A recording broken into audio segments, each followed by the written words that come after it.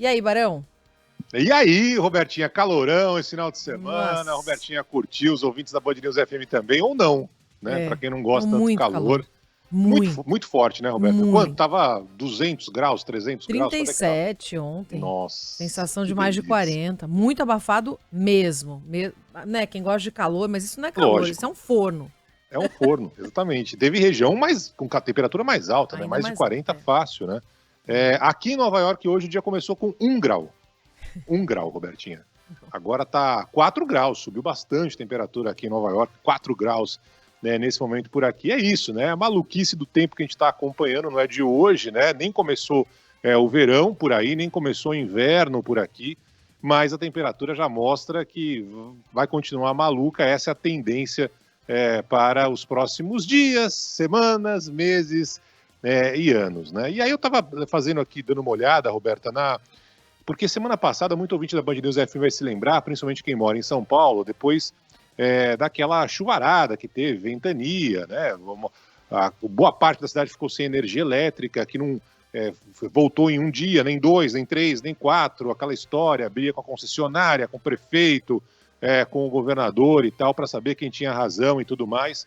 E na prática, as pessoas estavam sofrendo com a energia elétrica. No Rio de Janeiro teve ressaca, aquelas imagens impressionantes, né, das ondas subindo ali, alcançando a avenida na frente da praia, algo que a gente já viu e está vendo cada vez com mais frequência. Eu fui atrás aqui, Roberta, de acompanhar o levantamento oficial, né, sobre fenômenos meteorológicos ligados ao clima e em tragédias específicas no Brasil. E aí tem um número do Sistema Integrado de Informações sobre Desastres. É um número oficial do Ministério da Integração. O que os números mostram? Os números mostram que entre 2017 e 2021, todo esse tempo, tá? Entre 2017 e 2021, esses fenômenos extremos da natureza no Brasil mataram 14 pessoas.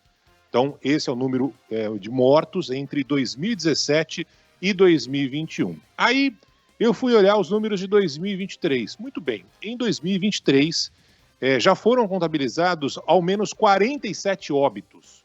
Então, você tem 47 mortes ligadas ao clima nesse ano de 2023, quando você tinha 14 mortos entre 2017 e 2021. Ou seja, você tem um salto evidente, eu estou falando só de mortes, minha gente, relacionadas ao clima, tá? Pessoas que morreram em desastres relacionados ao clima. Eu não estou falando aqui de prejuízos financeiros, falta de energia elétrica, caiu uma árvore na minha casa e a prefeitura não vai pagar. Enfim, estou falando de coisas de morte, tá? Fora toda a história que a gente sabe muito bem dos prejuízos do dia a dia. Atrasou o metrô porque teve um alagamento, sei lá. Caiu uma árvore em cima do meu carro, a rua ficou interditada, faltou energia elétrica, eu perdi tudo que eu tinha na minha geladeira. Tudo isso que a gente já está acostumado a já ver no dia a dia.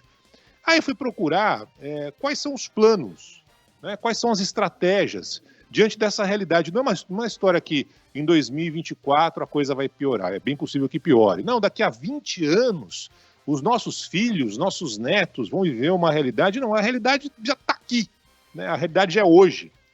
E aí eu fui atrás para saber quais são as estratégias das prefeituras diante de um cenário que já está se mostrando muito mais complicado. Basta fazer essa comparação dos anos. Não tem estratégia nenhuma. E quais são as estratégias dos governos estaduais para mudar essa realidade, para pelo menos diminuir os impactos que essas mudanças climáticas extremas já estão causando, não é que vão causar, já estão causando, vão causar mais. Mas já estão causando hoje. Também não tem nenhum plano no âmbito estadual. Aí fui ver o governo federal, né? O governo federal tem algum plano? Olha, a Dilma Rousseff, antes de sofrer o impeachment, começou ali um plano e tal, mas também, digamos que não foi para frente. Não adiantou. Ou seja, você não tem nenhuma estratégia definida hoje por nenhum tipo de governo do Brasil de quais são as possibilidades de evitar que essas tragédias climáticas aumentem. Pelo contrário, você tem ali aquelas medidas que são feitas no calor do desabamento de uma casa, no calor de um acidente de proporções grandes em estradas, de um alagamento, de uma árvore que caiu. Aí você tem aquela história, aquela correria, né? Ah, não, a culpa é da árvore.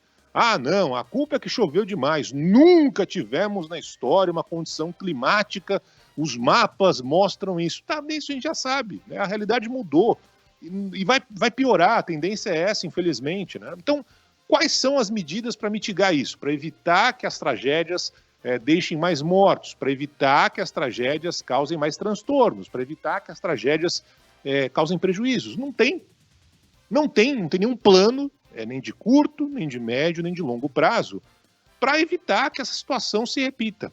E aí isso cai no esquecimento, né? Hoje a gente vai falar muito sobre os brasileiros que estão vindo depois daquele sufoco gigantesco, né, na faixa de Gaza. Hoje já falar do Campeonato Brasileiro, que agora o Palmeiras está quase com a mão na taça e tal. Então sai um pouco isso do radar do dia a dia, né? Até que uma nova tragédia volte a acontecer e cause a seca que está causando de maneira histórica ali na bacia do Amazonas, né?